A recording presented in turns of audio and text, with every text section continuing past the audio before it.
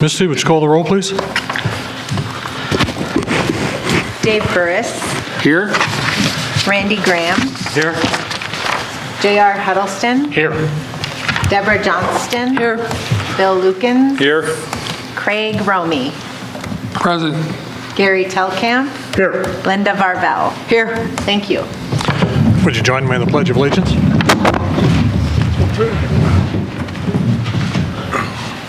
Pledge allegiance to the flag of the United States of America and to the republic for which it stands, one nation, under God, indivisible, with liberty and justice for all.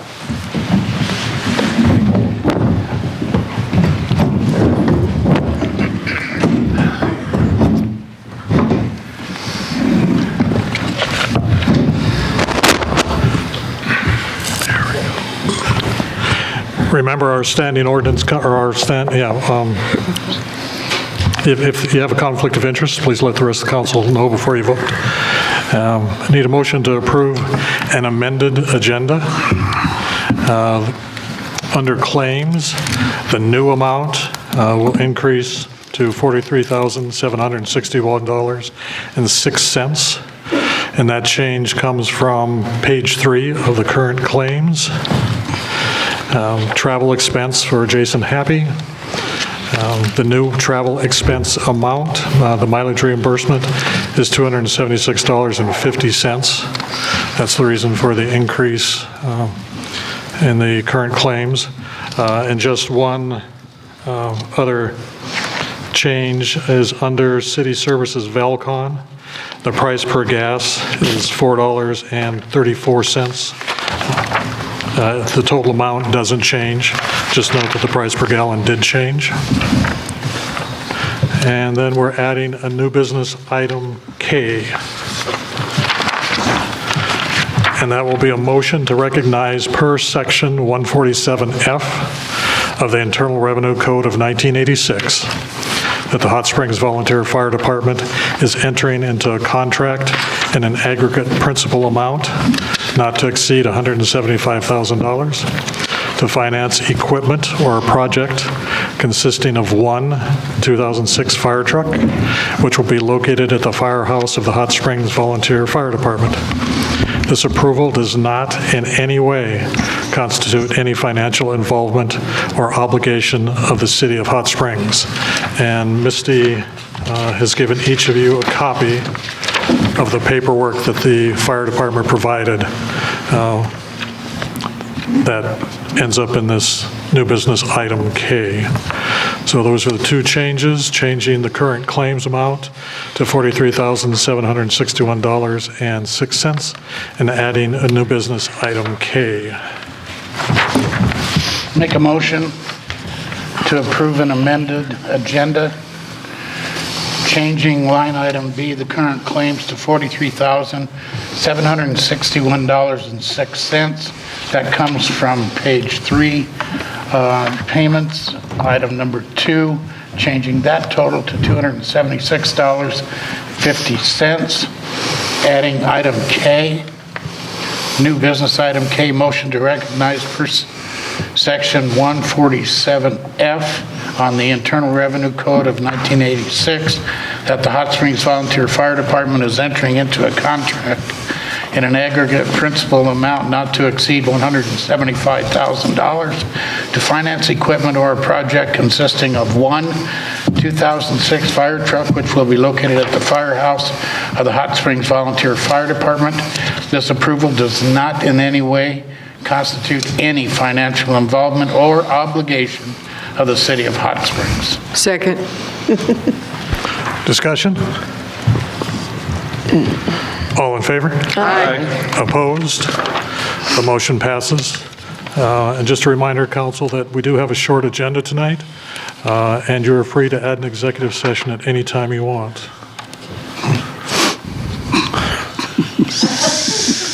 You don't want to? I'll pass. Just a reminder. Yeah, I'll go. All right. Always game. Can I get a motion to approve the minutes from the March 2nd council meeting? I make a motion to approve the minutes from the March 2nd council meeting. Second. Discussion? All in favor? Aye. Opposed? The motion passes. Can I get a motion to approve the bills in between? I'll make a motion to approve the bills in between for $219,663.37. Second. Linda? Yeah. Discussion? All in favor? Aye. Opposed? The motion passes. And can I get a motion to approve the current claims? I make a motion to approve the current claims for $43,761.06. Second. Sorry. Linda? You are good. Discussion? All in favor? Aye. Opposed? The motion passes. Communications from the public. Kim Wittenberg would like to talk to us about Black Hills Energy Public Safety Power Shutoffs.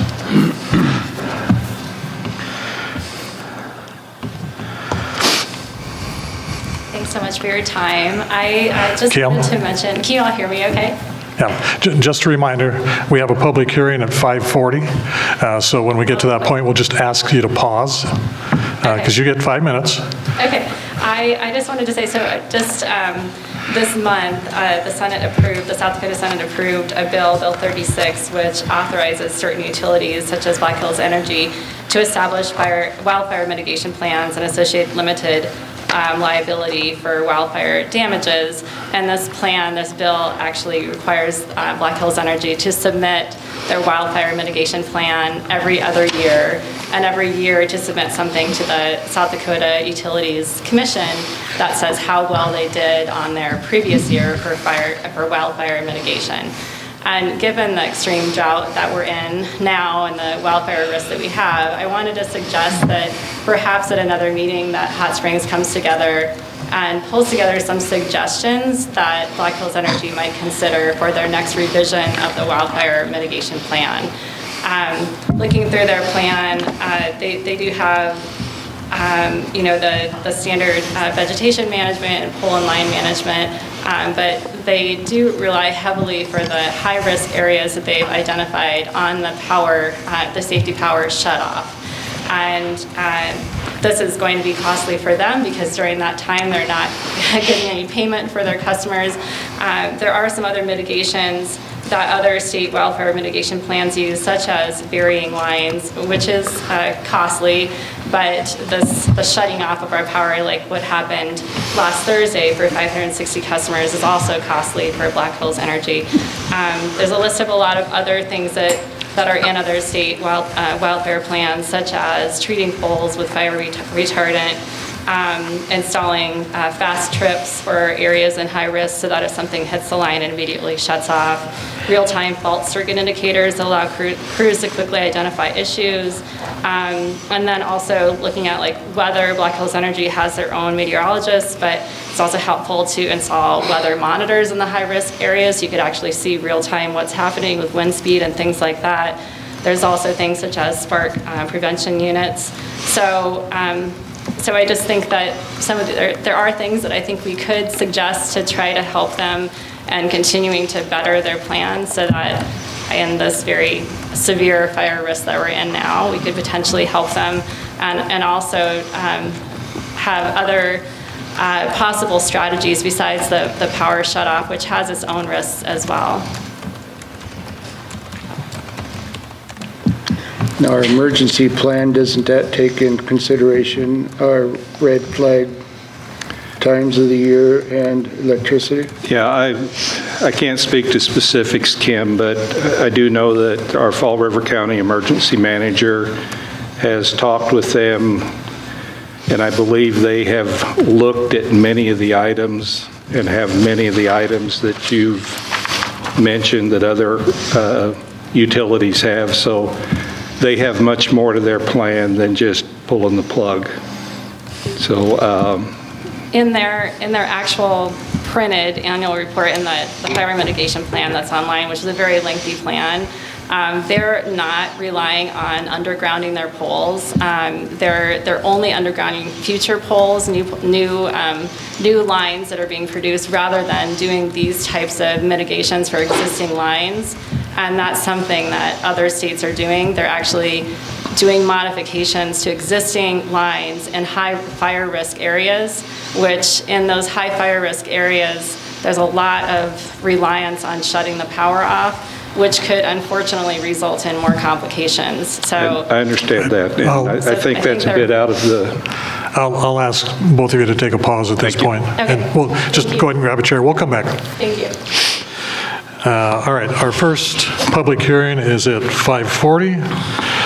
That's to review the proposed ordinance 1284, revising Title 15 Land Usage, Chapter 155 Zoning Code 155.033, Airport Zone AC or AZ, Part 77 Airspace. Is there anybody in the public that would like to address that?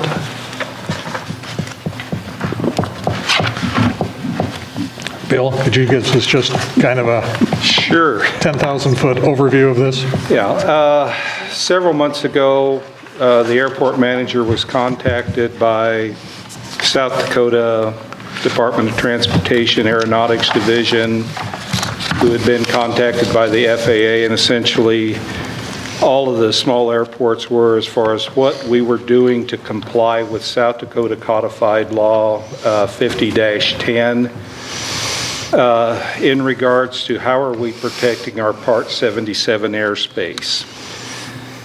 And you're going to love this discussion. It is as absolutely clear as you can imagine. Part 77 airspace is over the airport. It is everything above 150 feet. As you go out from the airport, if you can imagine a big funnel-looking space that's flat on the bottom over the airport. As you go out from the airport, the funnel increases at a 22-to-1 ratio. So that when you get out to at the end of the area we're concerned about, it's about 1.7 miles from the boundary of the airport. So as you go up that 22-to-1 slope, by the time you get to the end of our concerned area, you're up about 375 feet. Everything above in that big funnel, in that area, is our Part 77 airspace. We don't care what's below the funnel down to the dirt. We have to protect what's in the funnel in that strange looking kind of an oblong, not a circle area. That protects the approach to the runway, to the side of the runway. And so that's what this change to the ordinance does, is it says we're not going to let anybody build anything that would puncture that funnel anywhere in that funnel. FAA requires a permit, or they have to be notified if somebody's going to build something that would puncture that. Now, when I say we don't care about what's going on in the dirt, if somebody's going to build a barn, a granary, a silo, I don't care, unless they're going to build one that's 200 or 300 feet tall. The structures we're really concerned about are cell phone towers and wind turbines. Those are the things that could endanger our Part 77 airspace. And if we don't protect our Part 77 airspace, we could lose our airport. So that means we lose our air ambulance, we lose our general aviation, we lose our general aviation maintenance, and in the fire season, we lose our seat planes. So the steps we need to take are the ordinance you have before you that protects that area. And again, we don't care about the dirt, and we don't care about anything that an agricultural, a farmer or rancher would build. In fact, there's a tower at the feedlot that actually penetrates the Part 77 airspace, but they have a variance. They've got a light on it. Everything's fine. It doesn't have to be torn down. Everything's good. The two things we have to have, and this is step one, is we have to have an ordinance that says we're going to protect our space. Now, we only own a portion of the land. We do not, but we need to control the Part 77 airspace that goes beyond our owned real estate. So the next step in this is we're going to provide a resolution to the county commissioners that would allow us to enforce the Part 77 airspace over county property. And so those two actions will do everything that state, DOT, Aeronautical, and FAA is asking us to do so that we can fulfill all of our regulatory requirements to protect our Part 77 airspace. So again, all we're wanting to protect is a strangely shaped funnel that starts at 150 feet above ground level and starting at the edge of the airport boundary, goes out at a 22-to-1 ratio, ends up about 350 feet above ground level, about 1 3/4 miles from the airport boundary. Wasn't that clear? Yeah, it was. Yeah. Thank you. Very understandable. I'm glad you took this one because I did not want to be the one to explain that. Been working on it for about 8 months. So, Good. with Ivan's help, so. So no super buildings or Yeah, international, the 20-story hotel you were Yeah. planning, Dang it. sorry, at the feedlot, we're probably not going to allow that. okay. Having heard that, any other comments from the public?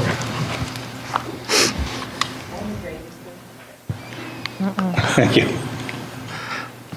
All right. Let's go ahead and close the public hearing then at 5:48. And when we get to the ordinance, first reading of it, there'll be an opportunity for council to ask any more questions that you might want.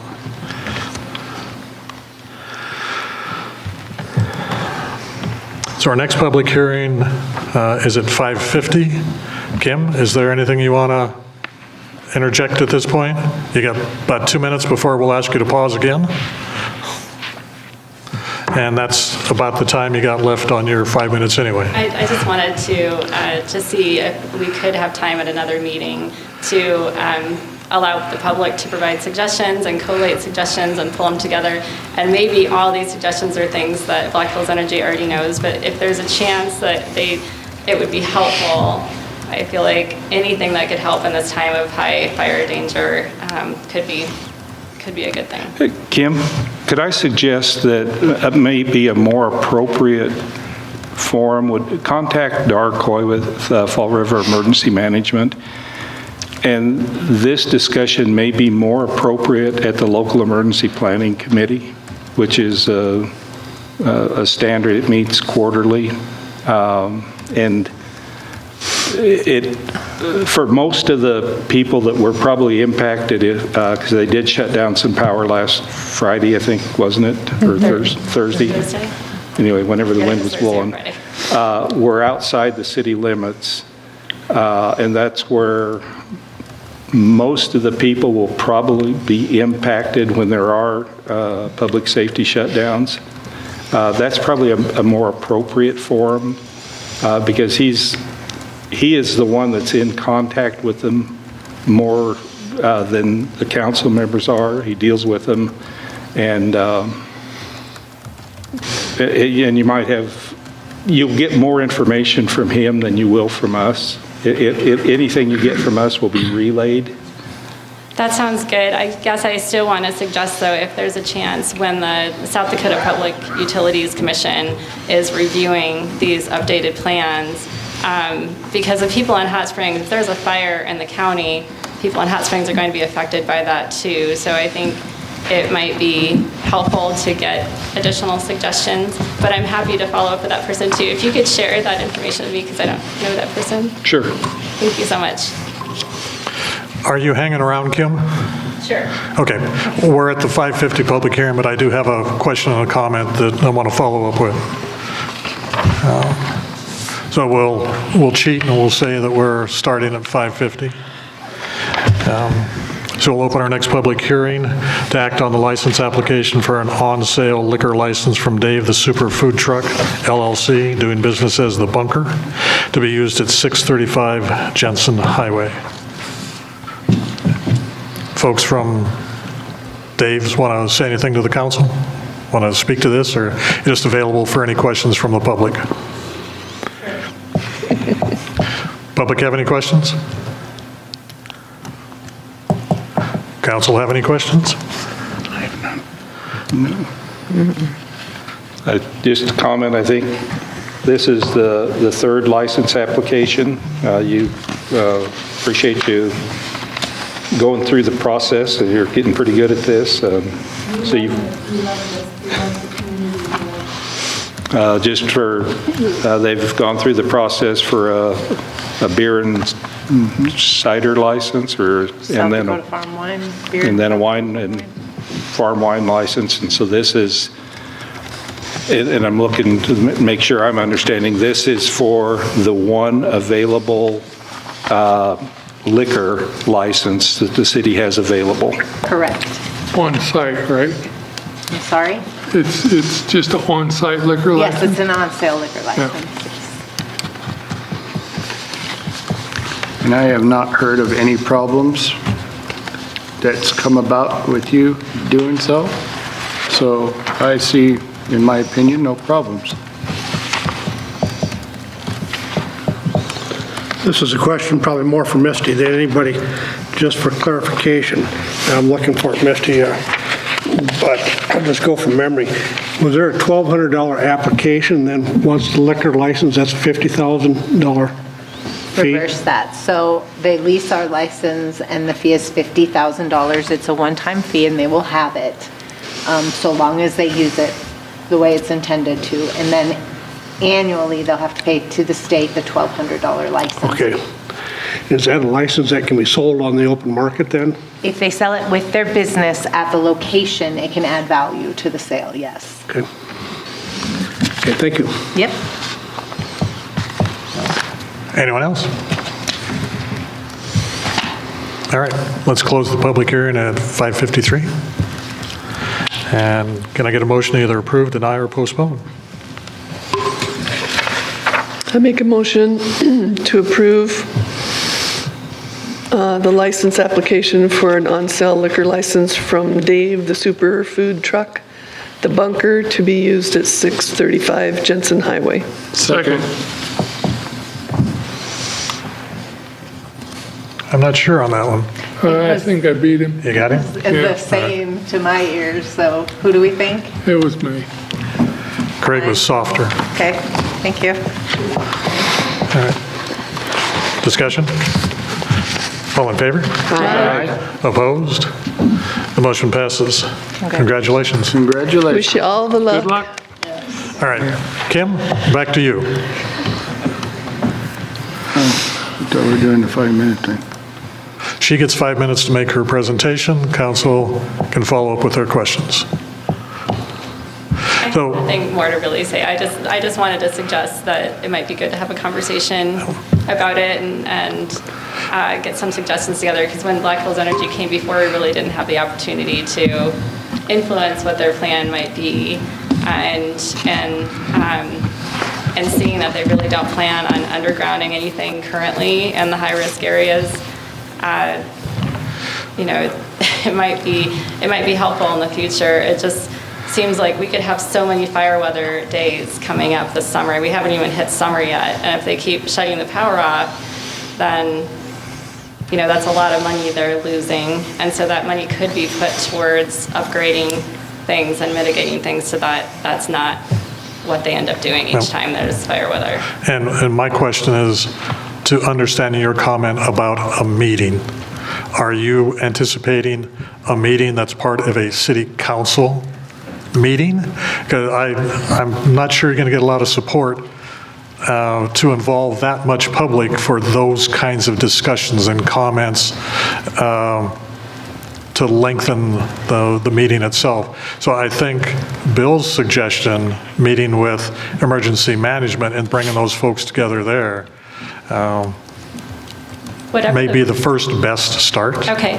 Whatever the best way forward to kind of collate some input that might be given to Black Hills Energy and the South Dakota Utilities Commission, I think would be helpful. It may not actually have any impact, but just trying would be good, because I think there are some things that might make things a little bit safer. Yeah, I would agree with Bill. I think talking with DAR and emergency management, I'm not sure what the rest of the council's appetite is for that, but opening up a city council meeting for that kind of discussion can get awful lengthy, awful quick. Okay. Oh. To be honest, I would think that you would get more bang out of what you're trying to do with the emergency. Okay. Just for the simple fact that they're in communications with them.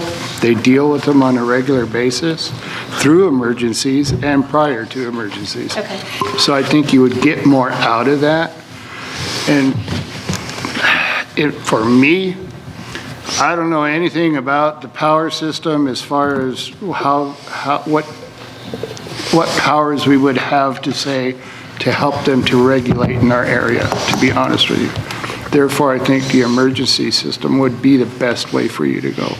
Not that I'm not trying to discourage you, because sometimes it takes somebody on the ground level to tell somebody up ahead that you got to find a better way. But to be honest with you, I don't think most of us here at this table are educated enough in the electrical grid to be that much help to you. That is just a personal opinion, though. I know it does affect people, like you're saying. 2 businesses in Edgemont was shut down Thursday for a long time. No power. All right. That hurts a community like that. And it hurts people who actually have big freezers and stuff like that Yeah. that prepare for the year. So, no, I definitely see a value in it. And there is a requirement. So from my understanding from reading the act, there's a requirement for certain pieces to be submitted to the South Dakota Utilities Commission. And I think they're mainly reviewing it just to see if those pieces are there. And there is one part of it that I was wondering, right now it's really not in the plan. That's kind of looking at the balance of things, you know, the balance of the impact of their mitigation. So maybe the next rendition will have something on that. But there is one website that I saw at the Edison Electric Institute, which talks about how these fire mitigation plans are supposed to be increasing technology and other aspects so that their power safety shutoffs become less and less over time as they improve their equipment. And so it'd be nice if some of those things were focused on the high-risk areas that they've identified in the Black Hills Energy Mitigation Plan. All right. So that's something that's fine to me. I'm happy to reach out to them and talk with them. I think that's a great starting point. Thank you. So if you can share that information with me. I will email you DAR's office number. I appreciate that. Thank you.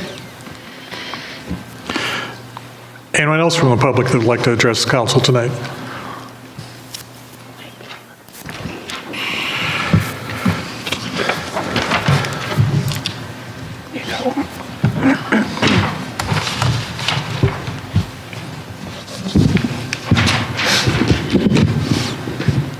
Good evening. Frank Burkholt, 905 South 6th Street, Hot Springs, South Dakota. Just wanted to make a short comment on new business C. Board of Minerals and your action tonight, whatever it may be, I would just suggest maybe looking at a community like Douglas, Wyoming, that has 4 in situ mines within 100 miles of them, 1 within 20. I have family in Douglas, which is why I know this, but Douglas is also the community that hosts the state fair in Wyoming. And if you were to go to the state fair parade in Douglas, Wyoming, Cameco, which operates all the in situ mines, would have a float in that parade. And if you open up the program, they'd have an ad in that parade, and when people go down the street, people clap. One of the reasons for that is that there's jobs created. I think we live in an area that is that doesn't produce any energy per se, compared to like Wyoming. So maybe their appetite's a little bit different, but I would contend that if you're looking for a zero risk energy source, you better just curl up in a ball. Thank you. Agreed, Frank. Frank, can you hang on? Maybe. You get 5 minutes to, make your case. So after that, then council can ask any questions they want. Council, do you have any questions for Frank? Have you read the letter that the council will be voting on tonight? Mm-hmm. So that, in my opinion, working with Ben, is simply asking the state mineral environment folks to come to Hot Springs. It isn't taking a stance on whether the council supports uranium mining or not. What we're asking to do is to support having the public be involved in this and having them come to us rather than us go to them. No, I understand that. Okay. The groups that are encouraging you to take that stand, I would contend are not for uranium mining in the Black Hills or in Fall River County. So when you say we're not taking a stand on this, but you're doing something that the group that opposes this action, then I would say de facto you are making a stand. It's a fine point, but that would be my opinion. All right. Anything else? But it also, the citizens of Fall River voted in the majority for the nuisance ordinance 2-3 years ago. I agree with that. We have the right to vote for anything if that actually went to a court of law. I don't know that we would have any stroke to actually overturn state statute with a local ordinance. So, I would hope that the state would say, we have laws and that govern this business, and if a town decides we don't want to participate in the state laws, I don't know that that works very good. But it does say where the mindset of the county in general lies. Potentially. I don't know that there was, in my mind, I don't know that there was a lot of discussion about it, and I don't know that there's a lot of people that have thought about it. But you have to remember that Fall River County, Hot Springs in particular, voted instead of having a sewer pipe coming from Wind Cave, decided to put septic tanks in, right? Septic tanks leak less than a sewer pipe. This is 20 years ago, right? Cost the city $500,000. So people vote for a lot of different things. And you guys have the right to vote for whatever you want to, but I just say that we need energy, and I think that the city should stay in its lane. Thank you, Frank. Thanks. Thank you. Thank you, Frank.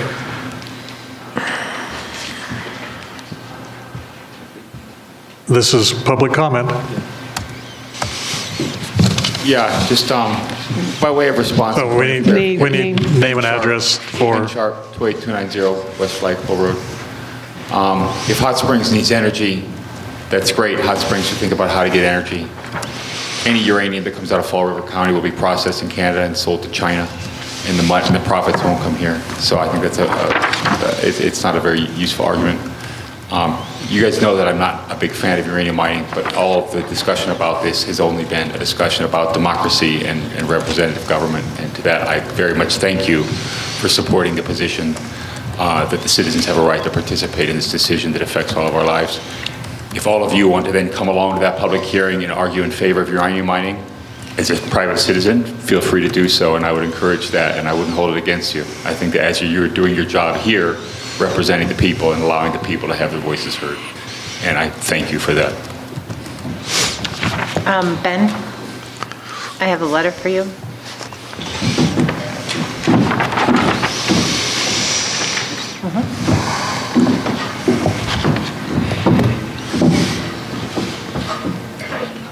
Brenda Domish, 2337 Sutton Avenue. This is about water. That's what this is about, and it's to protect our water. So I'm thrilled that the council has agreed to write these letters, because what's going to happen once they get the expiration, they're going to go for our water. And we are only 18 miles from where they're going to do it. That won't take much time to destroy our aquifers. Thank you. Thank you, Brenda. Thank you.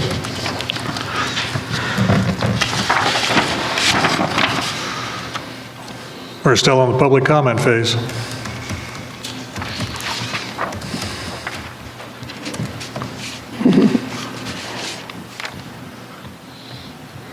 So this one's tough. You've had 5 minutes. I don't think it's 5 minutes per topic. I just wanted to say I agree with Ben that having the chance to have public input. That's all I wanted to say. Thank you. Now, some of you heard me agree with Frank, but my stance is against uranium as a city council person and as a citizen. But I do agree with Frank that we do need jobs around here, and we do need energy. Our biggest thing is, do we want to do it that way? Personally, I don't want to, and I would say as a council person, I wouldn't support that. So I don't want anybody to be confused for what I had just said to Frank. I do agree we need jobs. I do agree we need energy. But is that the way we want to do it here in our community? Personally, I don't think so. Just to clarify my comment earlier. All right, one more time. Anybody else from the public? Thank you for you folks that did come up and make your statements. I appreciate it. Thank you. All right, council updates. The Chamber Director is not able to be with us tonight. So we'll move on to personnel. Can I get a motion to approve personnel actions A through C? Make a motion. Go ahead, David. Make a motion to approve personnel action A through C. Second. Discussion? All in favor? Aye. Opposed? The motion passes.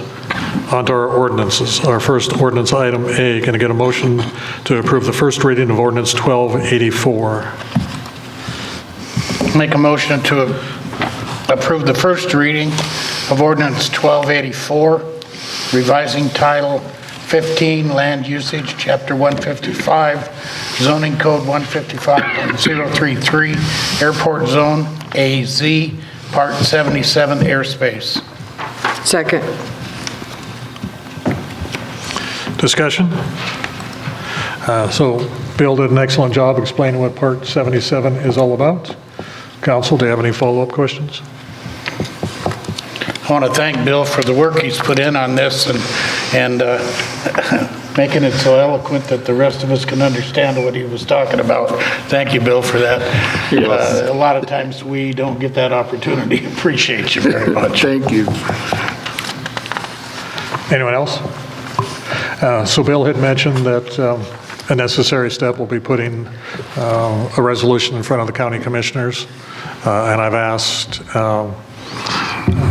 Ivan, Ariel, and Bill to be a part of that presentation. They've been working this Part 77 for a while. Ivan, as you approved in personnel actions, won't be available, so still be leaning on Ariel and Bill to make the presentation to the county commissioners for that. With that, Misty, would you call the roll, please? Bill Lukens, Yes? Linda Varvel, Yes. Dave Burris, Yes. J.R. Huddleston, Yes. Craig Romy, Yes. Gary Telkamp. Yes. Deborah Johnston. Yes. Randy Graham. Yes. Thank you. The motion passes. On to our ordinance item B. Can I get a motion for the first reading of ordinance 1281? Make a motion to approve the first reading of ordinance 1281, revising Title 9, General Regulations, Chapter 94, Streets and Sidewalks, removal, relocation of trenching contractor requirements. Second. Discussion? We'll put this one on Ariel a little bit to just kind of give us some background of the significant edits that were made to this particular ordinance. Yeah, so we had some other planned changes to this ordinance, and then after further review, decided that it didn't really make sense under streets and sidewalks, and thought it would fit better under licenses where the rest of the contractors are. So these two kind of go hand in hand. You'll see removal from ordinance 1281 and insertion into ordinance 1282, along with some other things in 1282 that I can touch on when we get to that ordinance.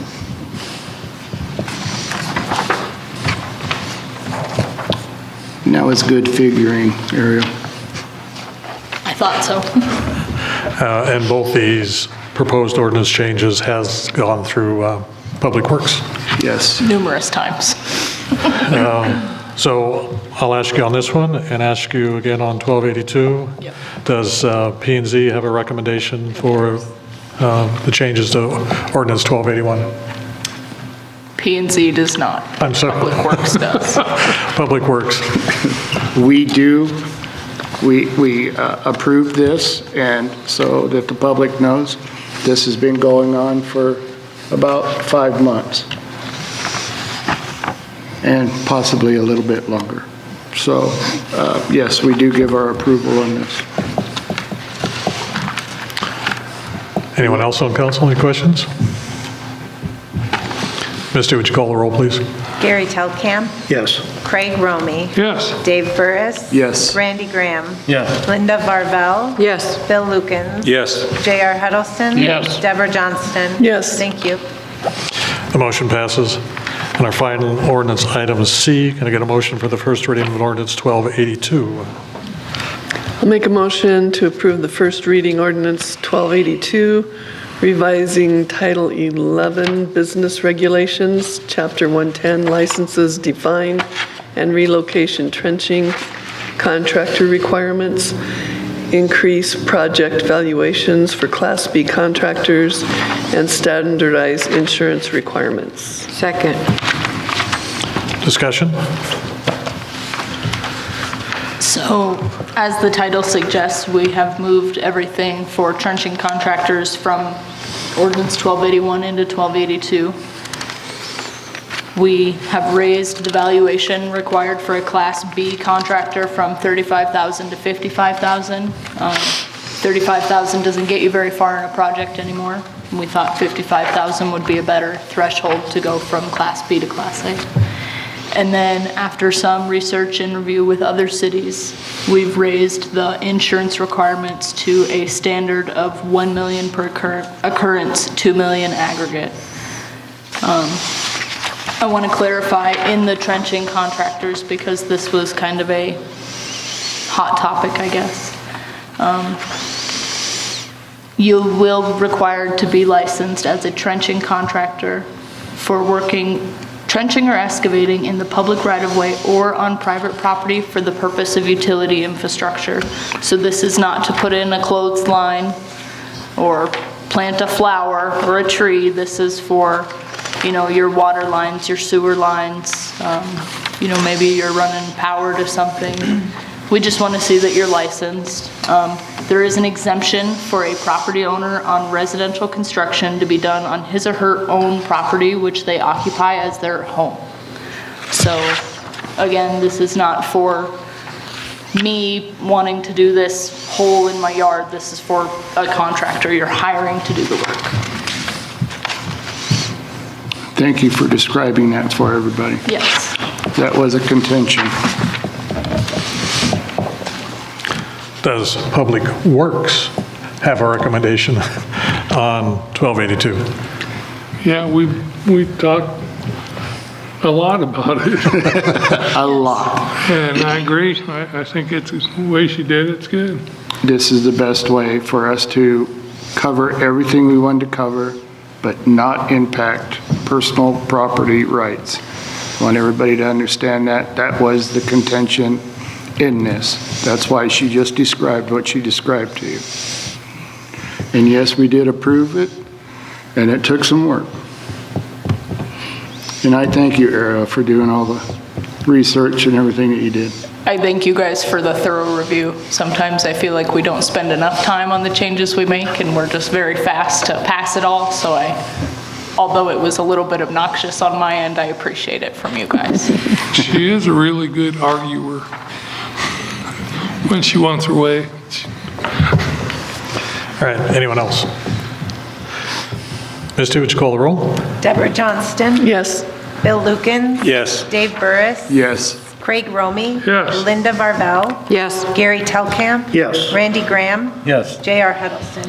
Yes. Thank you. The motion passes. So with the approval of the first reading with these two ordinances, I do want to thank Ariel and Public Works.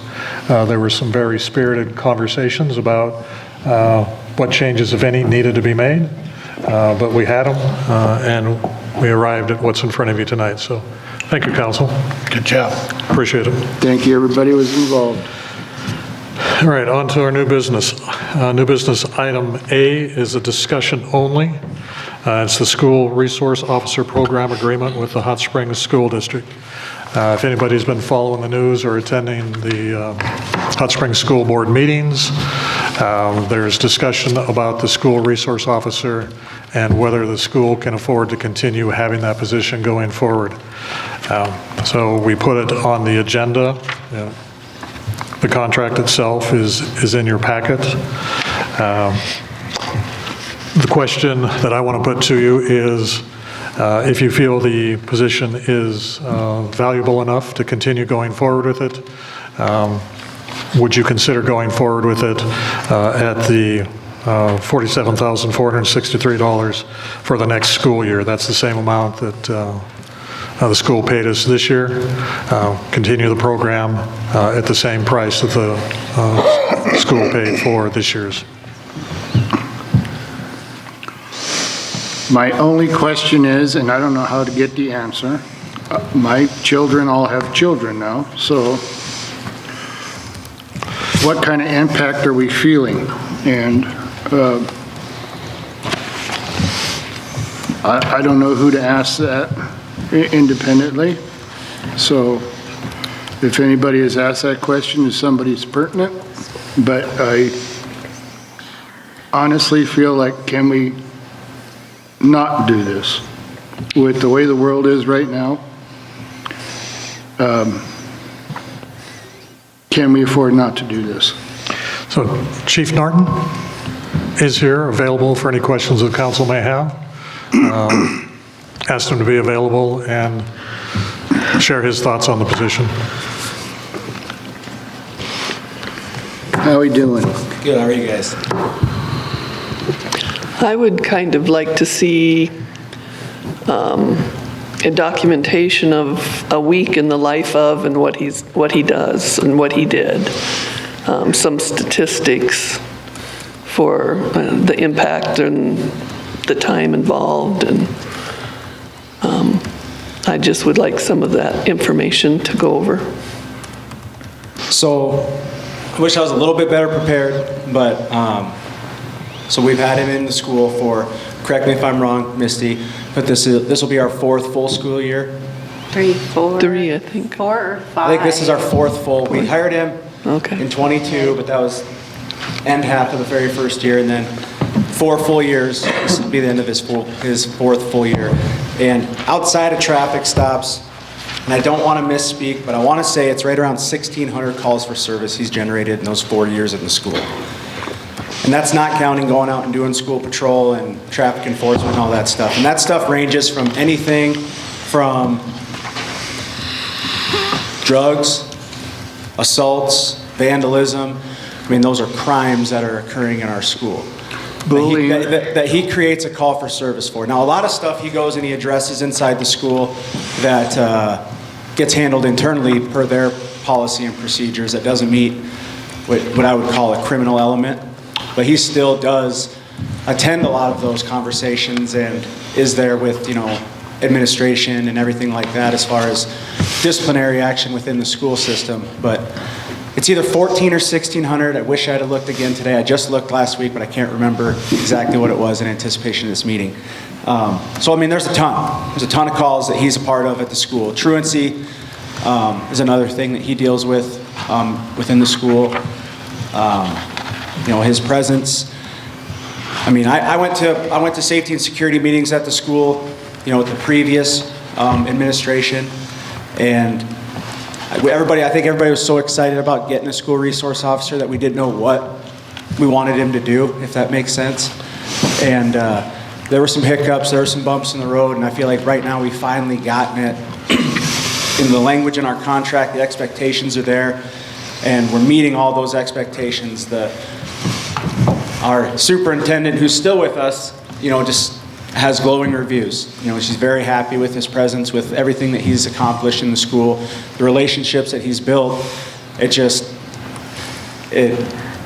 flusters me that we're right there with where we want this thing, and now there's the potential that it could get taken away from us. So, taking my chief hat off and my dad hat on, I have 3 kids in the school system myself. A 5th grader and 2 kindergartners, and I love the idea of having a law enforcement officer in the school.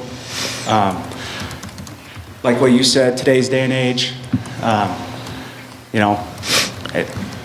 It's a sad thing to say, but It is. to be honest with you, I don't have youngins anymore. They all have moved and have their lives in different states. But the thing is I do have friends here. I have never heard any of their children say anything bad about the program. But when I make the statement that I don't know who to ask on a parent side of it and a teacher side of it, I haven't heard anything.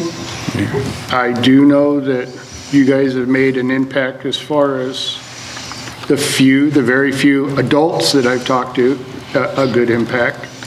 I haven't heard anything bad at all, any discouraging remarks or anything like that. So, but my personal biggest concern is, can we do without it at this point in time? We have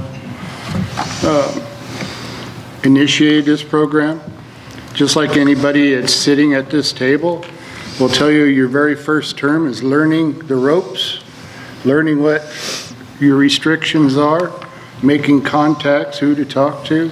And I believe in most any professional job, it's the same way. And I would have to honestly say,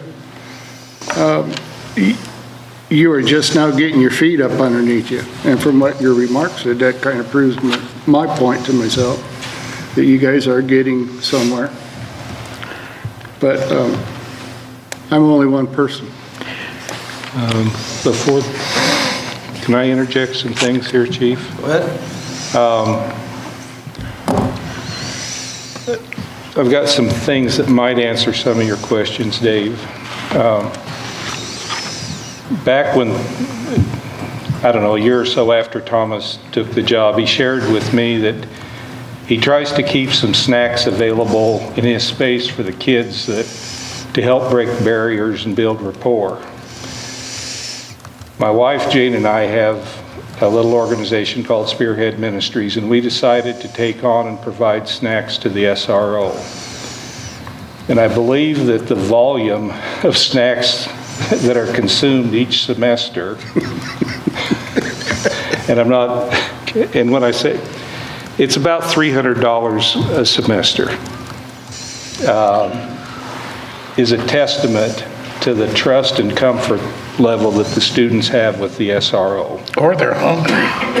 And that's fine, and that's part of the reason is, be hungry, you know, if yeah. some of the kids don't have the nutrition at home, we try to buy healthy snacks that we're not just pumping them up with sugar so that they can ricochet down the hall.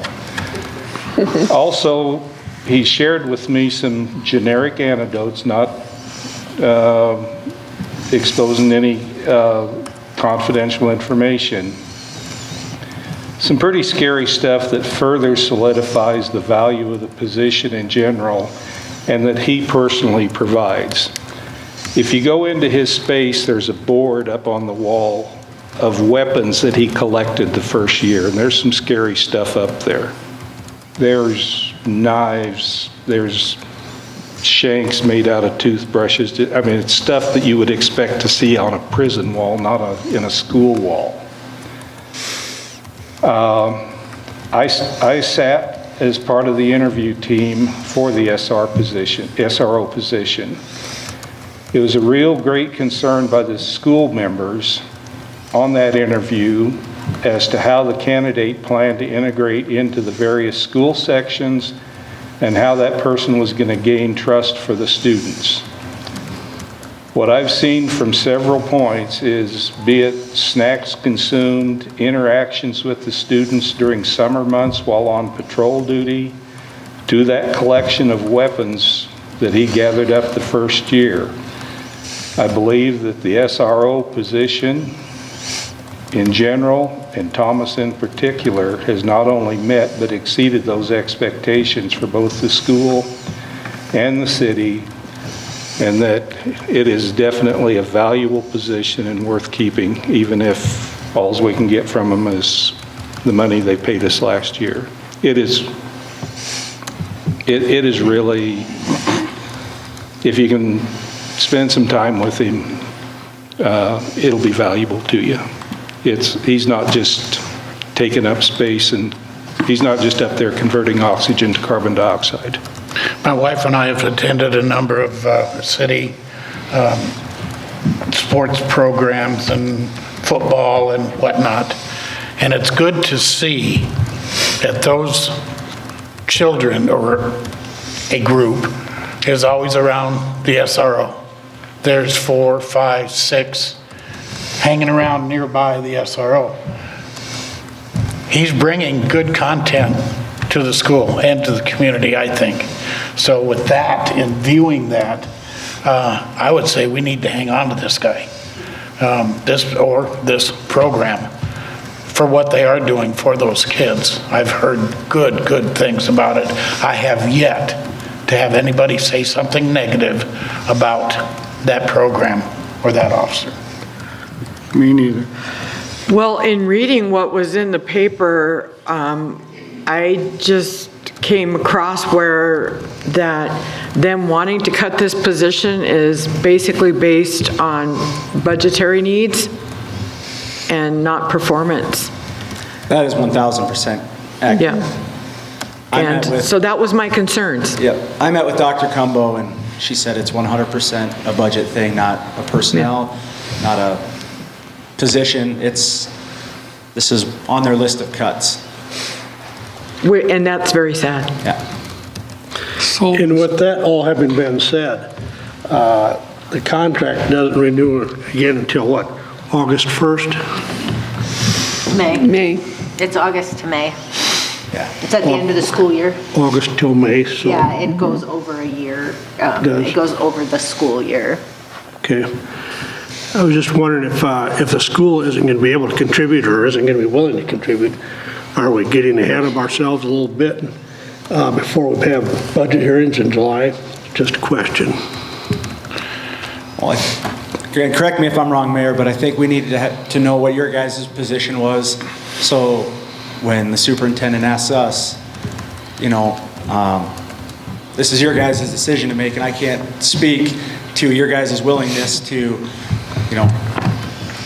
for example, would you guys be willing to let the SRO position go or do it for $47,000 next year? I'm saying when they're speaking to me, from the school's perspective, I think the mayor wanted to have this discussion with you guys so that we could answer that question. Well, it's actually 90-some thousand for us total.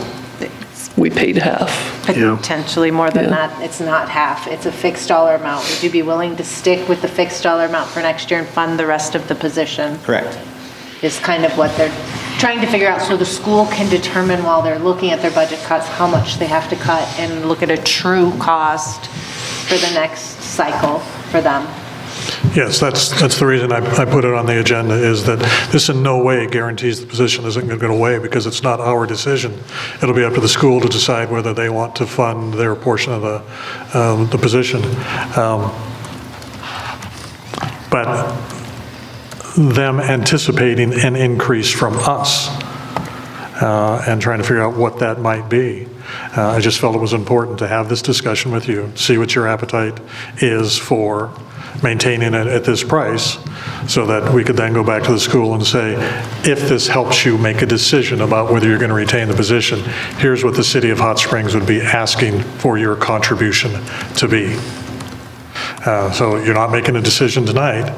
The decision that I hope you make tonight is that, yes, we want to continue funding at this level. We'll support you to that degree, so we can go to the counselors at the school and say, we can do that. They may say, no, we can't even afford that. So to Gary's point, we don't know what would be in the budget. Excuse me, but I don't want anybody to misinterpret what I was saying. I can't imagine that anybody is against having an SRO officer. That wasn't where I was coming from. It was just, can we afford it? But I understand it's just discussion tonight. And until we know what the budget's going to look like in July, it's hard for me to make a decision. I'm 100% for balancing the budget like we did last year. So if we have to do this, we're going to have to cut someplace else. That's all there is to it. So we better sharpen our pencils and figure out what we're going to do. So the decision in front of you tonight is whether you want something on the next agenda to formally vote on, to say that we'll continue with the position, asking for only $47,463 from the school for the next school year. Do you want something on your next agenda to support funding the position at this level? Do you need an motion? I will support. No, this is discussion only, so there is no motion. Just a general feeling for, yes, we would like to see something, or no. Yes. I'd like to see something. I would like to see something, but there's no guarantee that the school is going to want to continue with the program. There's not. All we can do is what we can do on our end. Yeah. And unfortunately, the police department SRO officer is in between a brick and a rock. And all we can do is keep up what we want to do. I would And think as that far they as that would, goes, I would say put it on the agenda, because I would support it. Yeah. I would think they would keep it going if we would pay for it. Who would give the, deny that? It would be under these same terms is what we're talking about. So they would still pay the $47,463 as was agreed to in the last contract, is what's being proposed, not for us to pay for the whole thing. Oh, okay. That's probably the only way I'd agree to it, is if school pays their share, or we cut something else in the budget to fund it. Well, let's not kid anybody or slide over it. We all know that we're going to have to do some budget cuts, just like we did last year. Yeah. We did come up with a good budget for last year, and if we put our heads together, we can come up with another one. Let's But hope it so. doesn't mean everybody's going to get what they got this year, so that's just the long and the short of it. If we can vote on something the next meeting, it takes an unknown, takes a variable away from them so they can make a decision, which will then give us a little more clarity for our budget. So somebody's got to make the first move, and I think that's what the mayor's trying to get us to do. Yes, it would be School Resource Officer Program Agreement, salary for fiscal year 26-27. That's all that would change in the contract and the agreement. Put it The on amount the would next stay the agenda. same. Get it on the agenda. Does that sound good? All right. Thank All you, right. Russ. Thank you, Chief. Thank you, council. Thank you. Thank you. Thanks, Chief. On to new business item B. Can I get a motion to renew option year 1, the city school facility use agreement? Different agreement. Totally. It's like, okay. Is this for use like the Mueller Center and stuff like that, or? Are you making a motion? It's. No, I'm asking, I know, I'm sorry. I'll wait till we make a I'll motion. make a motion to renew option year 1, the city school facility use agreement effective May 1st, 2026. I'll second it. Now go ahead. Already did. Oh, All right. Your question?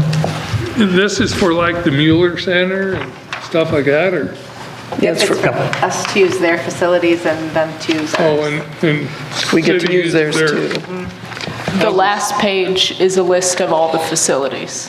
How's the city use theirs? Our recreation uses them probably more than anyone else, but this year we're looking at using their facility for our elections.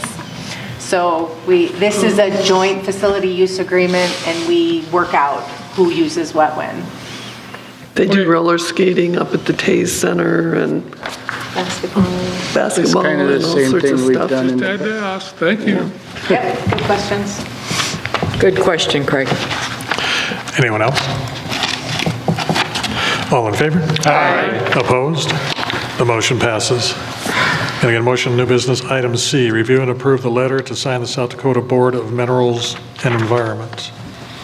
make a motion to review and approve the letter to the South Dakota Board of Minerals and Environment regarding, this guy's gotta make it so long. Regarding request venue change to the public hearing be held and propose uranium mining exploration and the decision of the board not to recognize the Fall River County ordinance declaring uranium mining an unlawful nuisance. Second. I think Craig got that one. I do too. Discussion? Well, I'd just like to see that Frank has left the premises, but I'd just like to tag on to what the mayor said earlier. And I agree with what he said. That's my understanding in reading the letter, is that this is asking for a change of venue only. Mike, correct me if I'm misunderstanding any of that. No, that's correct. Okay, I just want to clarify that. Yep. Thank you. Anyone else? All in favor? Aye. Opposed? The motion passes. And Ben, I think you got the copy of the letter from Misty. When's a good time to give you a call tomorrow? We'll chat. You name it. All right. Oh, but name it now, so I don't. Oh, name it now? Oh, man. How about around 10 o'clock I give you a call? Excellent. All right, thank you. Thanks. New business item D, can I get a motion to approve and authorize the mayor to sign amendment number 1? I make a motion to approve and authorize the mayor to sign amendment number 1 to the Butler Park Facility Use Agreement with the South Dakota Department of Public Safety Wildland Fire Division. Second. Discussion? Misty had provided a memorandum on the reason behind the change. Anybody have any questions? All in favor? Aye. Opposed? The motion passes. Can I get a motion on new business item E, recognize and record the names of 3 suppliers and their quotes? Make a motion to recognize and record the name of the 3 suppliers and their quotes received for the purchase of 4,500 gallons of 100 low-lead aviation gasoline by the Hot Springs Airport, as required by South Dakota Codified Law 5-18C-6. Purchase made with City Service Valcon at $4.50 per gallon. Other vendors considered were World Fuel, Ascent Aviation Group at $4.61, and MG Oil at $4.81. Second. Wasn't that price? Discussion? Wasn't that Valcon price changed to They $4.34? did deliver it at a lower price, but when he got the 3 bids, They delivered less, 4,305 gallons, and they lowered the price, and it's the last time you're gonna get that low of a price probably for a while, but when he did the estimates, when he called them for these required estimates, 450 was their quote. Okay. But it was delivered at a lower price, that is correct. All right. Thank you, Misty. Yep. Anyone else? All in favor? Aye. Opposed? The motion passes. New business item F. Can I get a motion to approve new airport ground lease agreements? Make a motion to approve a new airport ground lease agreement, changes one 10-year extension to multiple 10-year extensions. Second. Discussion? Quick.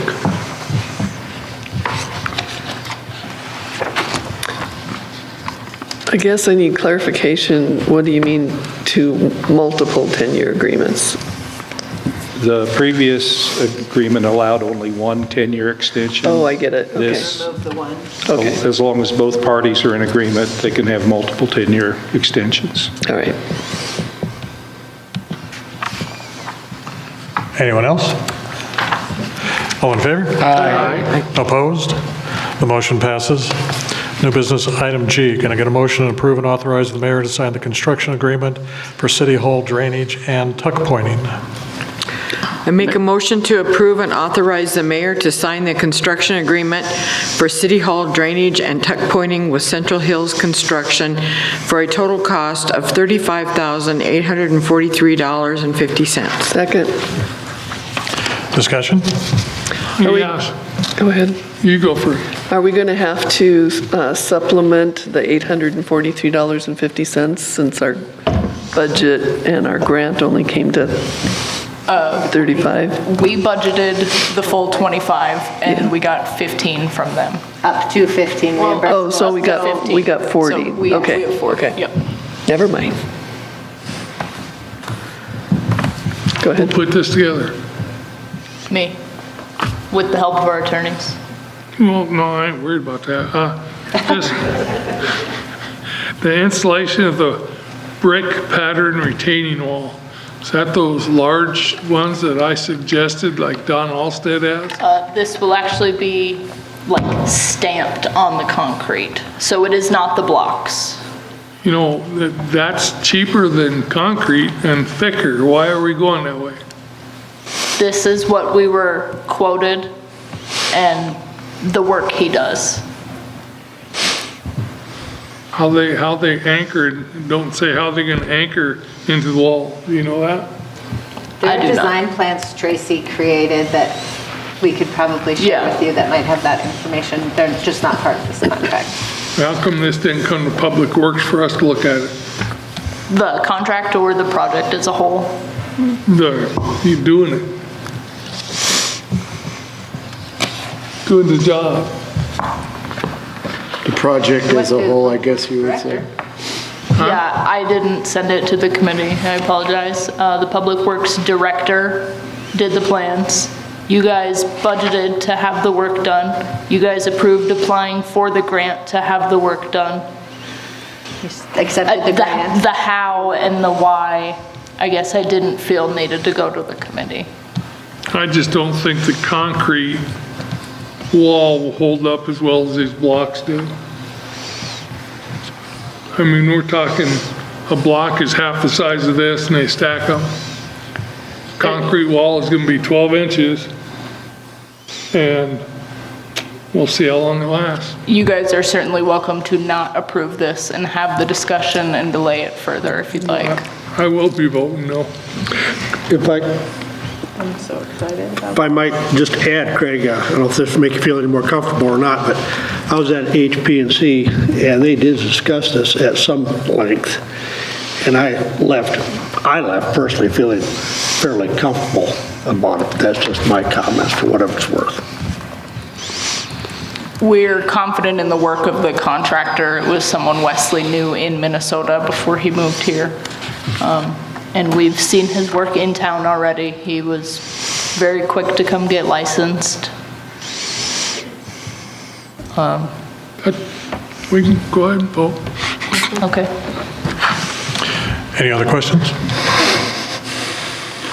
All in favor? Aye. Opposed? Aye. The motion passes. New business item H, can I get a motion for an automatic budget supplement to the general fund police department? Make a motion to approve an automatic budget supplement to general fund police department for $19,076.20 to machinery and equipment, 101-42100-43400, for total reimbursement of expenses for 10 portable radios, antennas, batteries, speaker mics, chargers, and setup programming.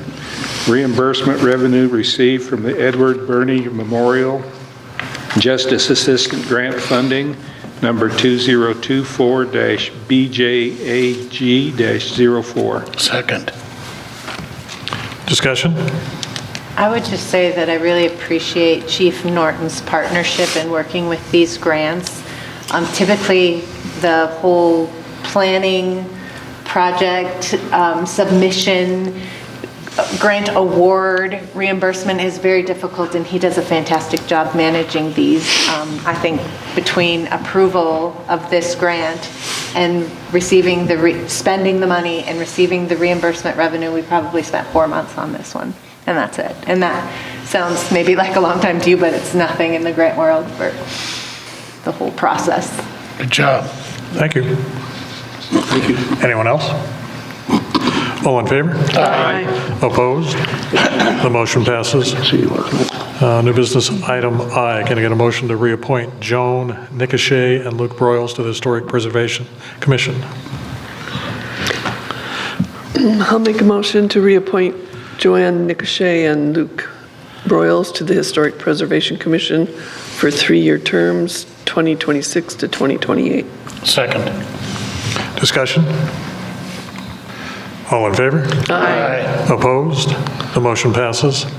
And new business item J, can I get a motion to appoint Cherie Largent to Historic Preservation Commission? I make a motion to appoint Sherry Largent to Historic Preservation Commission for a 2-year term, 2026 to 2027, term varied to assure no more than 1/3 of the term expires in any given year. Second. Discussion?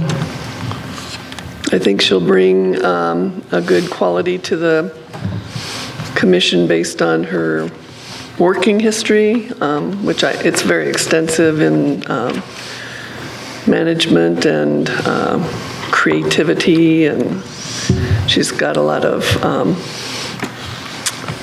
get up and go, I guess is a good, for lack of a better word. So How was she on historical stuff? she was raised here, raised in our town, knows about our history.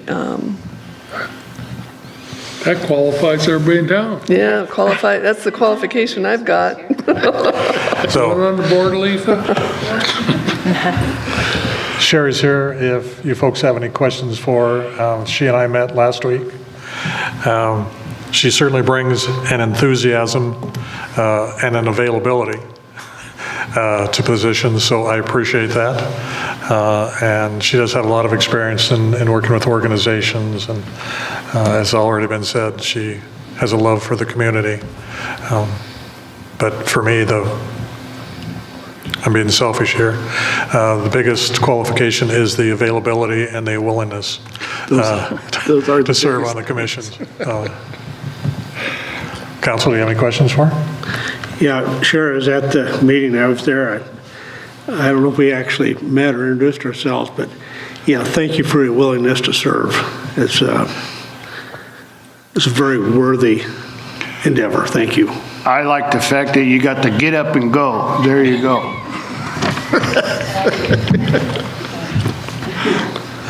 Anyone else? She's already involved in many, many other things within our town as well. Keep Hot Springs Beautiful, Rotary Club, 5 or 10 other things. Christmas in the Hills. So she's That's where very I know involved you in our from, is community. Keep Hot Springs beautiful. Yeah. Yes. I know you from high school. Yeah. She and I were captain and co-captain of the drill team. All right, anyone else?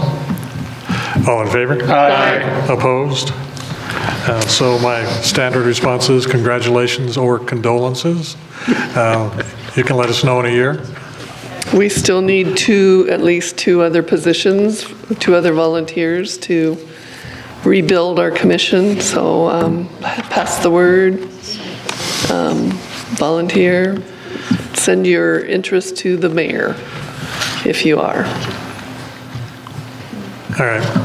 And our last new business item, can I get a motion to recognize per section 147 of the Internal Revenue Code of 1986? Make a motion to approve, to recognize for section 147F of the Internal Revenue Code of 1986, that the Hot Springs Volunteer Fire Department is entering into a contract in an aggregate principal amount not to exceed $175,000 to finance equipment or a project consisting of one 2006 fire truck, which will be located at the firehouse of the Hot Springs Volunteer Fire Department. This approval does not in any way constitute any financial involvement or obligation of the city of Hot Springs. Second. Discussion. What type of? Scott? Thank you for making yourself available. If there's anything you'd like to add or be available for council questions. Scott, what kind of rig is this? So it's not a brand new, it's a lot newer than what we have currently, but it's a 2006 kind of rescue rig. Came out of Punk Hills, is that right? Sounds right. Okay. It's about like Omaha there. It's a rescue engine with kind of like a pumper kind of capability, so we can put fires out with this engine, stuff like that. This new rig will be used for, I guess, car accidents, kind of search rescue kind of stuff, that kind of nature. So kind of backstory on that. We took out a loan on this. We made the motion to purchase this truck last Tuesday. It was like a month ago now. My gosh. But anyway, so we took out a loan on this. That's what that $175,000 is for. And all this form is pretty much just, I guess, a proof of income from you guys. Will it be a city vehicle or a rural vehicle? It'll be city. City? Yeah. Is it, what? Okay, now, Well, sorry. like I said, it could be classified as both. So, like I said, it's going to be mainly used for like car wrecks, kind of that kind of nature. So, wherever that wreck may be. Sorry, I got to dive into the weeds just because I like to. What size pump? I don't have any of the specs with me. Okay, so you don't know what? I can send them off to Misty or somebody. And I can It's just interest, so you don't know the size of booster tank? I don't know. Okay, never mind. So would this be replacing any existing truck or just an addition? It's an addition. Okay. Yep. So it is an improvement to what we have. It is. So you won't have to strip a structural truck for a vehicle accident, essentially? Yep. Great. Yep. That's good. Yeah. Anyone else? Thank you, Scott. Thank you. Thanks. Thank you. All in favor? Aye. Opposed? The motion passes. On to our committee reports. Administrative and Finance, JR, Gary? Admin and Finance met Monday, March 9th at 1 p.m. here in the Mueller Civic Center. Present were Jill Lowe, Jason Happy, Mayor Nelson, Gary Telkamp, J.R. Huddleston, Misty Summers Walton, Ariel Allison. New business item 1, billing dilemmas with wastewater treatment plant bond surcharge, VA and state home, lack of meters, seasonal shutoffs, lawn meters, vacant homes, commercial users. This item's deferred until funding package is received from the state. Will require ordinance change and fee schedule change in the future. Item number 2, discuss hiring plans for City Hall Building Department Administrative Assistant. Discussion that this will not be solely for city administrator as originally planned and budgeted, but will primarily be for the building department and finance as a shared employee. Committee recommends approval of advertising for this position.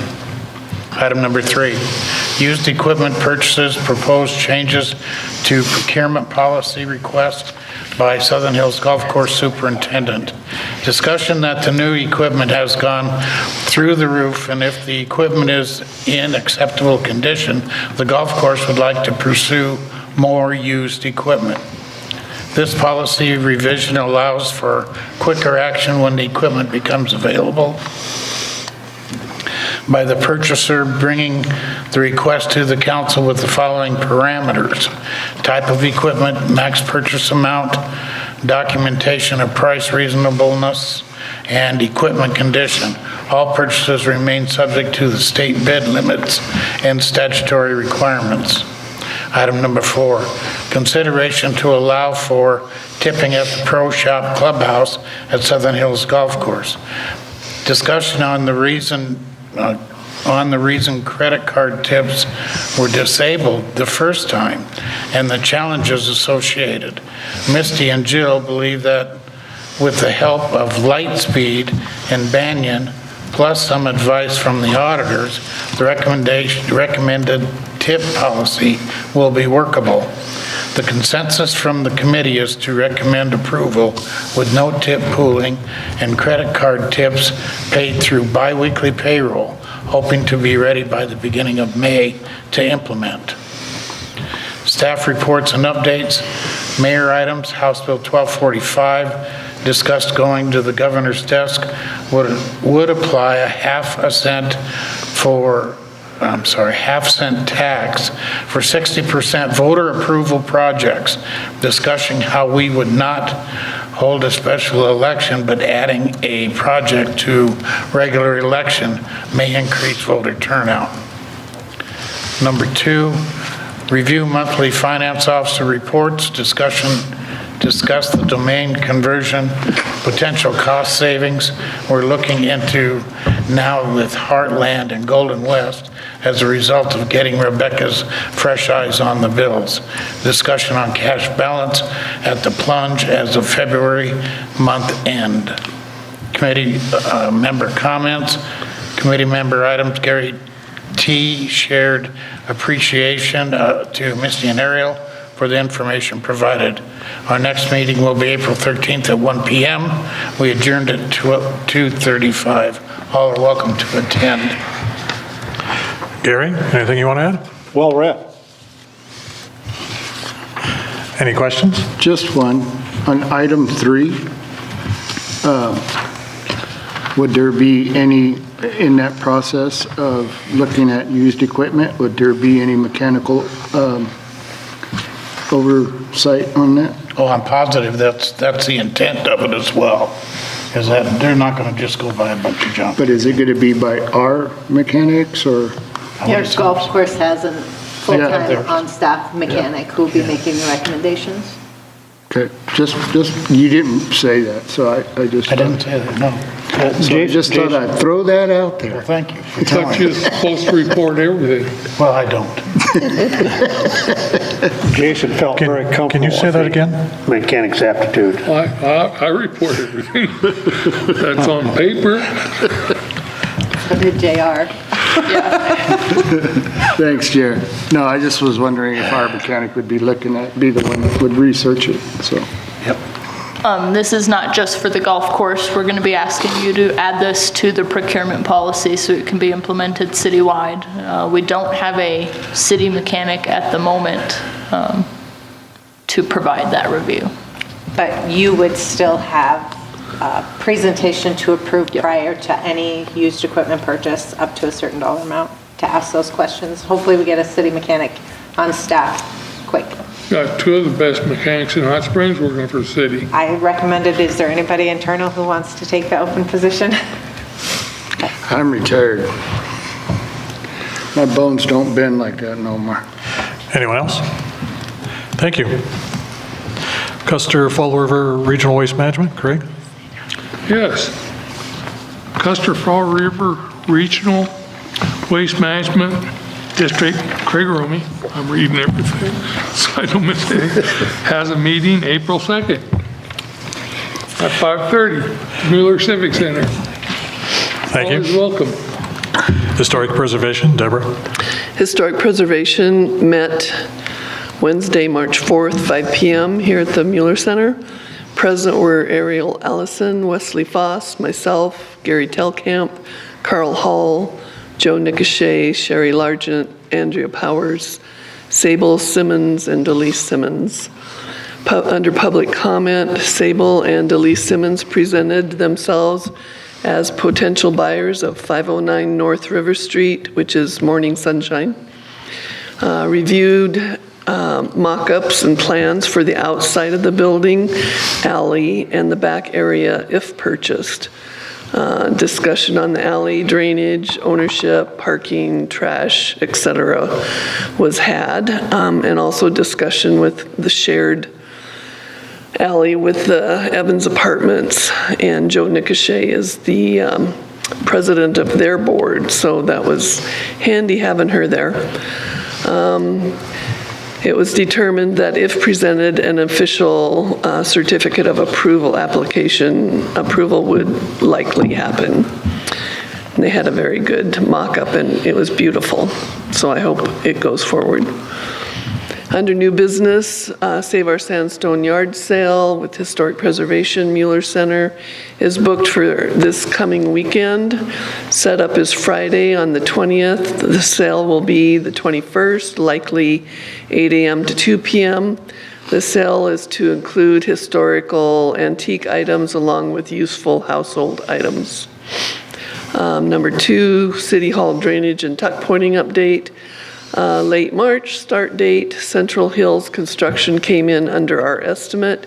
Is experienced in construction and tuck pointing from Minnesota. We'll be excited to see their work and hopefully to be able to recommend them to other sandstone owners. Number 3, possible sale of 611 North River Street, which is the Bodega building. Wesley has been recommending architects, engineers, etc. to the potential buyer. The commission is excited to see it sell and no longer be neglected. Number 4, 243 North River Street, which is just to the right of City Hall. Discuss the plans to abate the upper windows, lower windows, doors, and drainage in the back. City will assess the cost to the property. Wesley and the maintenance crew will be doing the work in-house. Staff reports and updates. Shedco has accepted the Schiff 501c3 with the mission of historic preservation, hoping to create an endowment to give out historical preservation grants.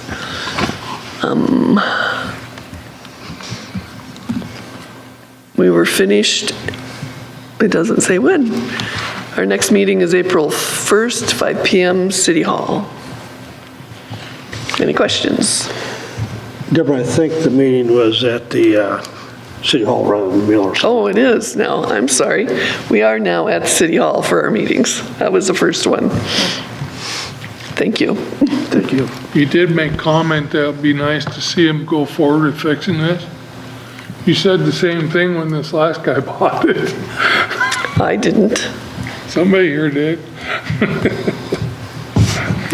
Any other questions? Thank you.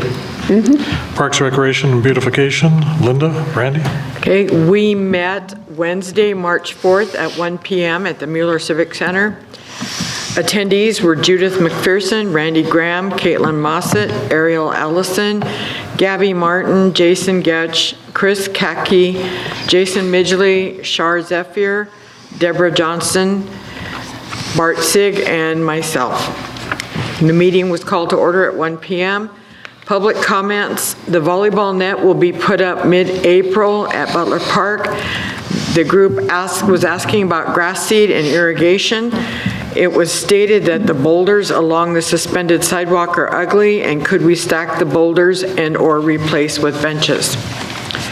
Old business, Kidney Springs project. The statue is safely in the shop, and we're looking to paint the replacement columns.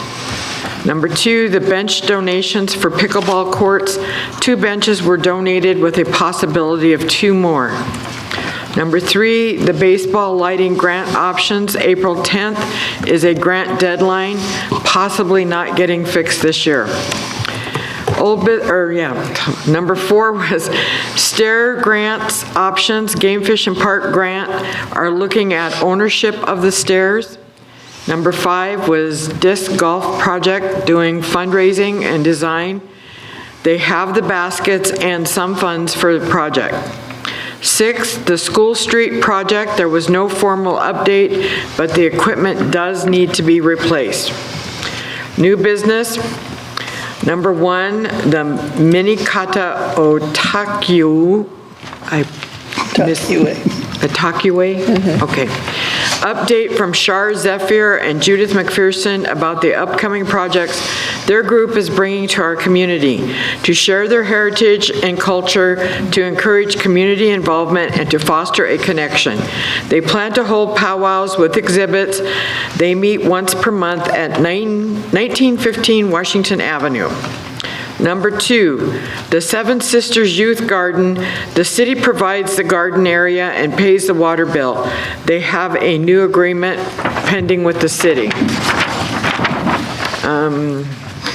Staff reports and updates. Chris, the Mueller Center has a busy month with the 9th Holistic Fair, the Chamber Dinner, Save Our Sandstone Preservation, and prom. Roof repairs are ongoing. Gabby reported on summer rec with the theater, roller skating, swim lessons, pottery classes, watercolors, and softball. Caitlin, they are prepping for spring. 1 bump out will be available, the maintenance only. The waterfall power box wrap will be installed during April. The welcome sign replacement after the previous one ended up in the river. March 27th will be an open house. Bart, city crews were busy with spring cleanup, including tree trimming, getting ready to water. They are doing a general cleanup of the rock garden area and planting flowers in front of the mural area of the plunge. The meeting adjourned at 1:43 p.m. The next meeting will be April 1st, 2026 at 1 p.m. at the Mueller Civic Center. Any questions? Randy, got anything you'd like to add? No. No? All right. Any questions? I want to add some clarification on the baseball lights. Okay. I've been hearing very third hand that they need fixed, and no one from the baseball group, despite multiple attempts, has reached out to me. You don't apply for grants and then figure out your plan. You have to have a plan and then apply for grants. So they're expecting us to apply for a grant by April 10th, and I've not heard a word. I'm hoping someone reaches out so we can work on that the next year and hopefully apply in 2027. But this is not a cheap fix. I've been told that $100,000 would be a Band-Aid on the lights and not even a permanent fix. I'm right, those are the old VA lights. I thought we got them from the school. Well, no. I know we got all the VA lights when I was playing softball and they went up there. But yeah, those are old. Yeah, well, yeah. Anyone else? I would just like to add a comment to the ugly boulders. We talk about this a lot. They're not, in my opinion, boulders. They are a safety feature. They're historic sandstone that I thought was a great idea. Got on board with it. Craig was a part of the discussion. The original design was to put manufactured blocks there to the tune of $85,000. The safety feature is to keep cars that may jump the curb from actually ending up on the sidewalk. The sidewalk's designed for pedestrians, not supporting heavy vehicles. So there is a function to them. And Council, I don't know how you get around that. I don't think they're ugly boulders. I think they bring original Hot Springs history in with the new, what we're taking forward.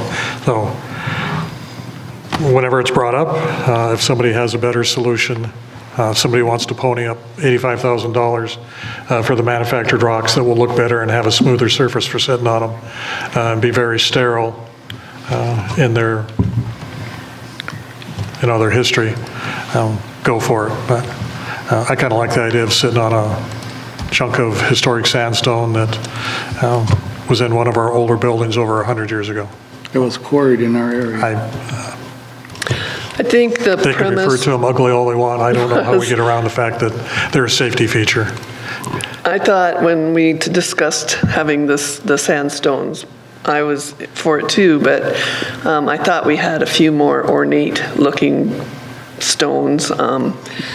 And I've had a lot of people ask me, I'd like to have a bench there so I could sit and look at them. And I've had a lot of people want to sit. So it was a concept I thought that we could alternate and put and like stack the stones from one section to the top of the other section and replace it with a bench like every other section.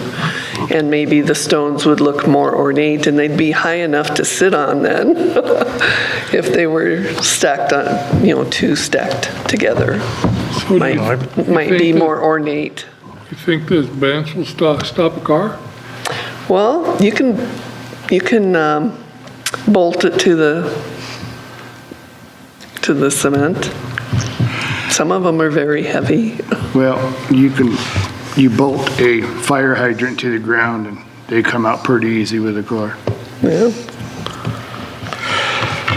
I thought we was gonna have taller ones too. Yeah, I thought they'd be The one where taller. we could sit. I could sit on one, but I'd have to call a couple people to help me out. Maybe 3. So that will be my standard response to ugly boulders.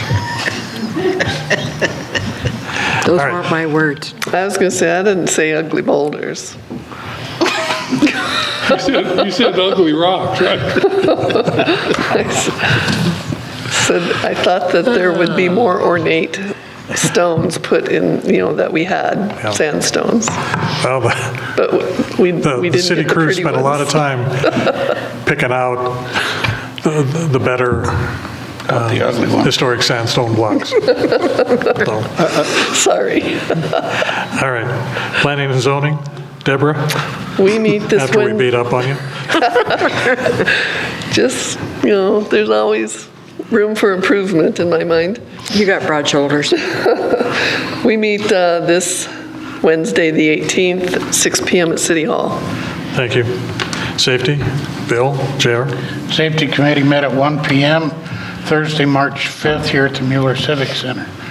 Members present, council members J.R. Huddleston, Bill Lukens, Deborah Johnson, Gary Telkamp, Mayor Bob Nelson, PD Chief Ross Norton, City Administrator Ariel Ellison, City Hot Springs Safety Coordinator Tracy Bastian, Fall River County Emergency Manager Dar Coy, Assistant Fall River County Emergency Manager Gary Baker, and Fall River Health System Quality Safety Manager Renee Staley.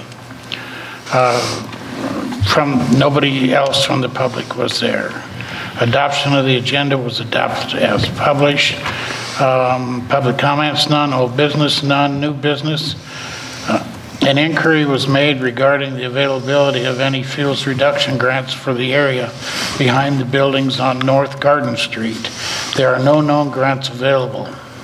If there are grants available, we understand that they are for private property and would therefore require landowner concurrence and cost sharing. At present, the GIS map does not show an owner for the area of concern. To determine an owner would require a survey. No practical or budgeted path forward exists at this time to pursue any grants for the area behind the buildings on North Garden. Per the emergency manager, if grants were available, there are areas of more significant and strategic importance that would be a higher priority. Staff reports and updates. Number 1, Police Department. In February, there were 488 calls for service. There were 4 thefts, all of which have been solved. Also of interest, there were 138 extra patrols and 136 traffic stops. Officer Ryan Del Rosario graduated from Law Enforcement Training Academy on March 6th. The portable radio grant from the Edward Burns Justice Assistance Grant has been fulfilled. Chief discussed concerns about a trailer at Albany Avenue and 4th Street. The situation has been evaluated by the chief and has determined that no public safety risk or ordinance violation exists. Safety coordinator update, no significant safety issues have been reported. Winter safety was reviewed at the February employee safety meeting. Item C, in the future, the topic of equipment fire safety issues and associated fire prevention and protective actions will be discussed. Committee member comments, discuss the need for a hidden driveway sign on Hammond Avenue, Elsie Hill, at the Episcopal Church parking lot exit. The city administrator will pursue acquisition and installation of an appropriately worded sign. Number 2, emergency management will be testing their sirens and phone text notifications on March 11th. Number 3, Everbridge is being loaded into their system to replace Code Red. And number 4, there is a line of sight issue at the northeast corner of South Dakota on 14th Street. The city administrator will work through the code enforcement officer to address the issue with the property owner. Employee safety concerns were none. Next meeting is scheduled for 1 p.m.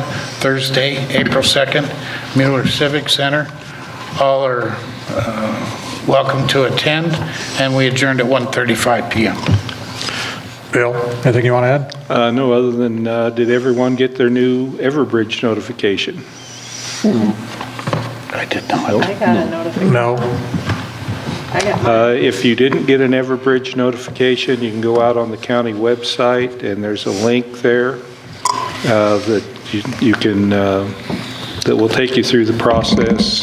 You can download the Everbridge app, and like I say, it replaces Code Red, which was hacked a couple times. This is I think, a much more secure and efficient system. You get essentially the same information you got with Code Red. Did that happen with the wind last week? Or? The test was on the 11th. They tested the sirens and the texting system. I did get that. I got it at my home.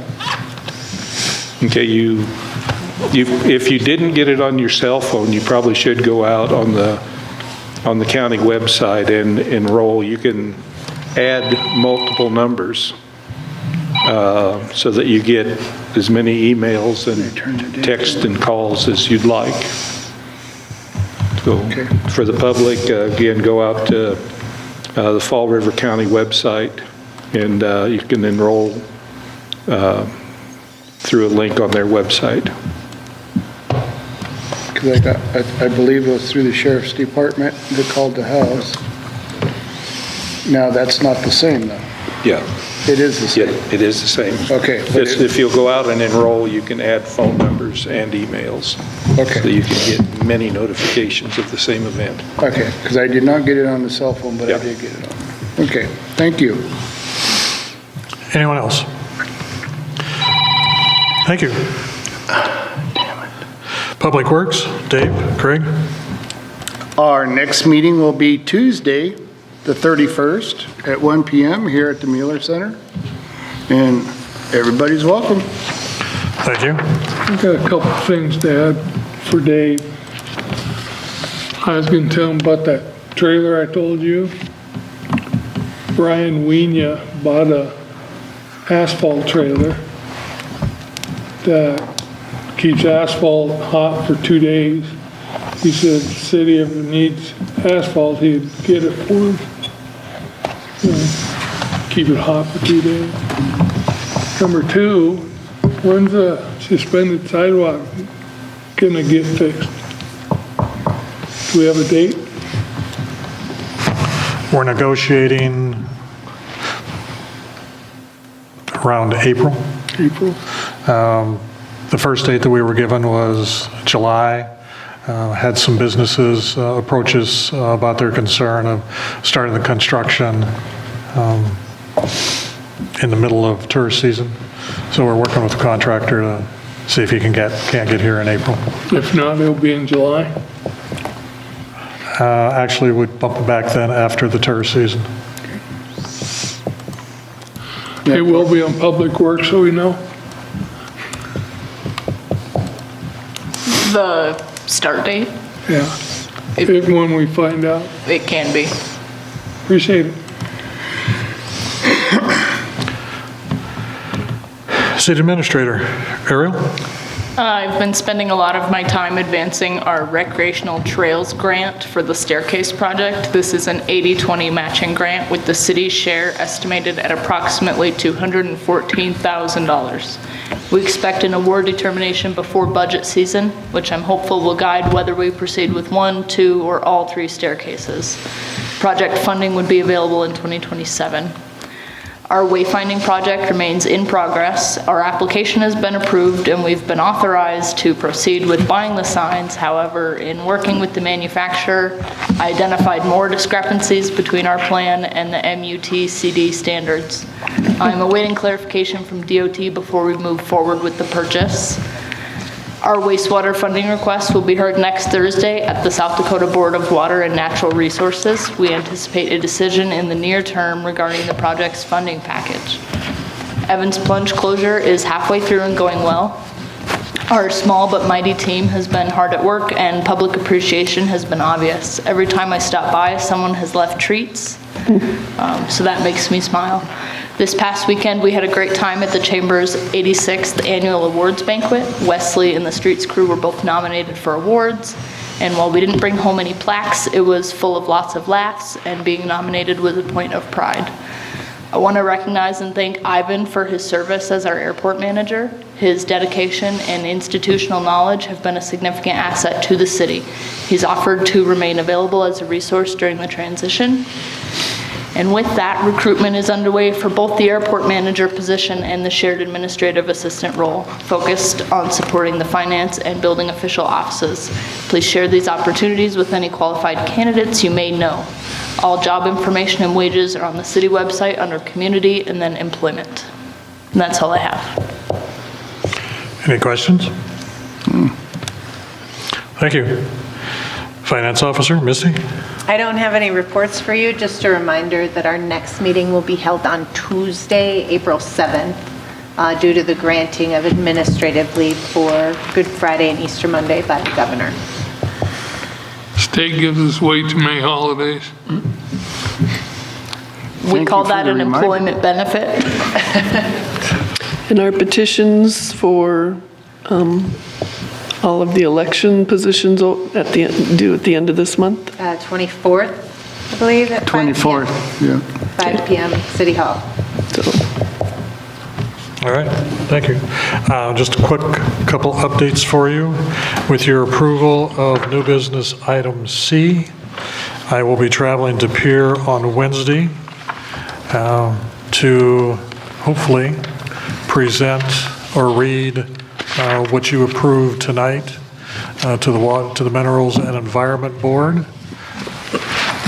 And then Ariel had talked about the Water Board meeting on the 26th, next Thursday. I'll also be traveling to Pierre to be in attendance for that meeting to answer any questions they may have. My feeling is if we're going to ask them for assistance in $28 million funding, we ought to do that in person. We'll see how that meeting goes. I have to agree with you on that. Will AE2S be joining you on that meeting? AE2S will not be joining. They have prior commitments. You're going to have a lot on your shoulders out there. So, any questions for me? Safe travels. Good luck. Sure. So with that, going to get a motion to adjourn. Make a motion to adjourn. Second. Discussion? All in favor? Aye. Opposed? Motion passes. Have a good evening, everyone. Thank you.